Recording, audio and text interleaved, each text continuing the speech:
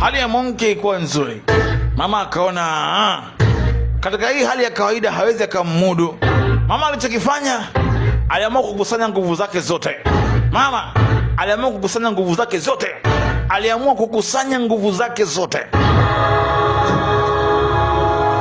Sun Wukong amemfuata Monkey. Master, nimerudi master, nimerudi.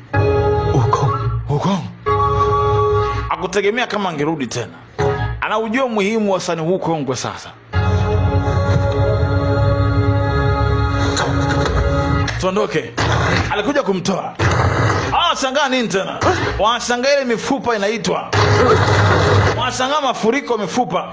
Ile mifupa ya watu waliokufa wote ikaitwa. Unaona? Hii mifupa ikaitwa na huyu mama. White Lady akaamua kuunganisha mifupa yote.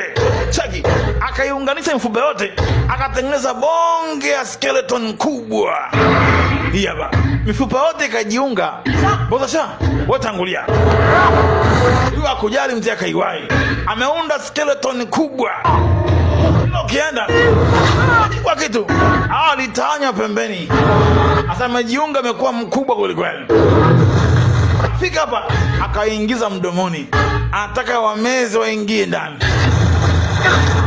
Shaki, anawameza, kuna mifupa imewazingira. Afua na tumbo mzee. Kamtoa Monkey anaondoka naye.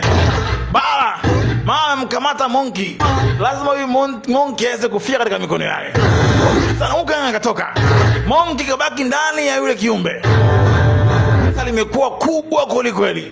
Limekuwa bonge ya skeleton kubwa ya kichawi. Sasa Monkey amekamatwa ndani ya huu mwili. Hofu inakuja.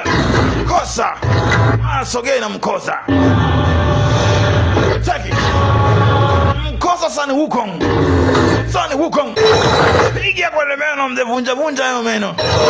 Sana hiyo fimbo kabisa. Sun Wukong anafanya kukwepa tu. Chaki. Piga na hama tu. Piga na mkosa. Bado yuma. Bado inakuja. Piga lingumi. Piga fimbo, ilivunja mkono. Akaituma fimbo akavunja mfupa. Vunja mfupa. Taki. Anafanya kuivunja mfupa.